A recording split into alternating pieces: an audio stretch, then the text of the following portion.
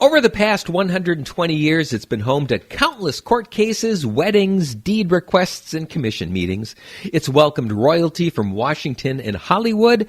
It's also served as the seat of local government. Those are just a few of the things that have happened at the Marquette County Courthouse. At the dawn of the 20th century, an expanding Marquette County was rapidly outgrowing its old wooden courthouse, which had been built in the late 1850s.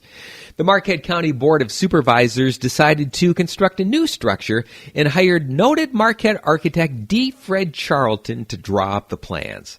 Charlton had already designed several now historic Marquette buildings, including the Longyear Mansion and the Marquette Branch Prison, and the design he came up with for the courthouse was perhaps his best. A classical-style structure made of red Lake Superior sandstone with interior marble staircases and a main courtroom with a ceiling several stories high, brightened by natural light.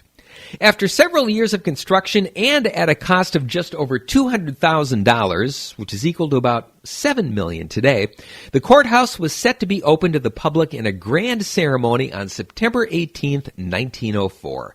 Programs and speakers were planned, and special trains were set up to bring people in from all throughout the county.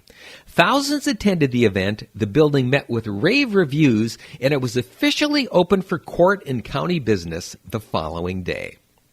The next half-century saw two nationally famous events take place at the courthouse. The first was the 1913 lawsuit filed by ex-President Theodore Roosevelt against Ishpeming newspaper publisher George Newitt, who had called Roosevelt a drunk. Marquette was starstruck as Roosevelt rolled into town for the case at the end of May in 1913. When the jury decided in Roosevelt's favor, he was pleased with the outcome, along with damages amounting to a mere 6 cents, which he described as the price of a good newspaper. 45 years later, the courthouse once again entered the public eye when it was used as the location for shooting the courtroom scenes for Anatomy of a Murder. Jimmy Stewart, Lee Remick, and the rest of the cast spent several weeks filming inside the main chambers where the heart of the story took place.